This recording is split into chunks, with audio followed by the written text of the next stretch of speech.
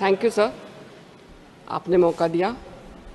महाराष्ट्र में खास तौर पे मराठवाड़ा में जो मल्टी स्टेट क्रेडिट कोऑपरेटिव संस्थाओं द्वारा जो घोटाला, जो स्कैम हो रहा है, उसके बारे में मैं बोलना चाहती हूँ।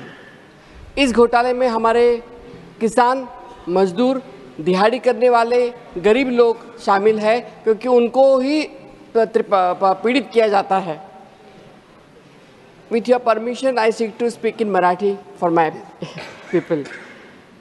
आमच्या मराठवाड्यामध्ये बीड, धाराशिव, लातूर, जालना, छत्रपती संभाजीनगर यामध्ये अनेक मल्टीस्टेट कोऑपरेटिव्ह बँका काम करतात आणि त्यामध्ये शुभकल्याण, राजस्थानी, साईराम, ज्ञानराधा, वीर जिजाऊ मासाहेब यासारख्या मल्टीस्टेट क्रेडिट कोऑपरेटिव्ह ज्या आहेत त्या मागील वर्षापासून बंद पडलेल्या आहेत।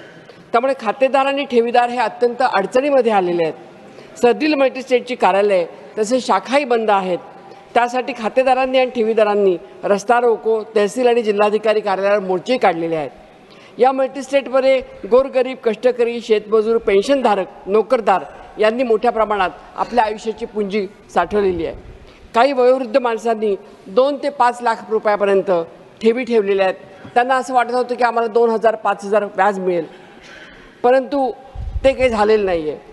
बँकांमधील कर्मचारी, मॅनेजर, संचालक सर्वांनी जास्तीत जास्त व्याज उसका आमिष दाखवून त्यांनी त्या सर्व रकमा गोळा केल्यात आणि आज ठेवीदारांचे संसार उघड्यावर आलेले आहेत। त्यांच्या मुलींची लग्न होत नाहीत कारण त्या लग्नासाठी त्यांनी पैसे साठवले होते। त्यांच्या मुलांची शिक्षण होत नाही कारण त्या शिक्षणासाठी त्यांनी पैसे ठेवलेले होते। अशा पद्धतीने अतिशय दैनावस्था या मराठवाड्यामधल्या आमच्या काही 5-6 जिल्ह्यांमध्ये झालेली आहे। कष्टाच्या आणि घामाच्या पैशावर डल्ला मारून या मल्टीस्टेट बंद केल्यामुळे लोकांची तारांबळ उडालेली आहे। आणि ज्यावेळेला महाराष्ट्र विधानसभेमध्ये हा प्रश्न उठवला गेला त्याला महाराष्ट्र विधानसभेने हात वर केले की हा संबंध आमचा नाही, मल्टीस्टेट असल्यामुळे हे केंद्र सरकारच्या संबंधित आहे आणि केंद्र सरकारने याच्यात लक्ष घालावं। म्हणजे आई जीव घाले ना आणि बाप भीक मागू दे ना, अशी आमच्या खातेदारांची सोय झालेली आहे। परंतु शासनाला सुद्धा त्यांनी फसवलं आहे।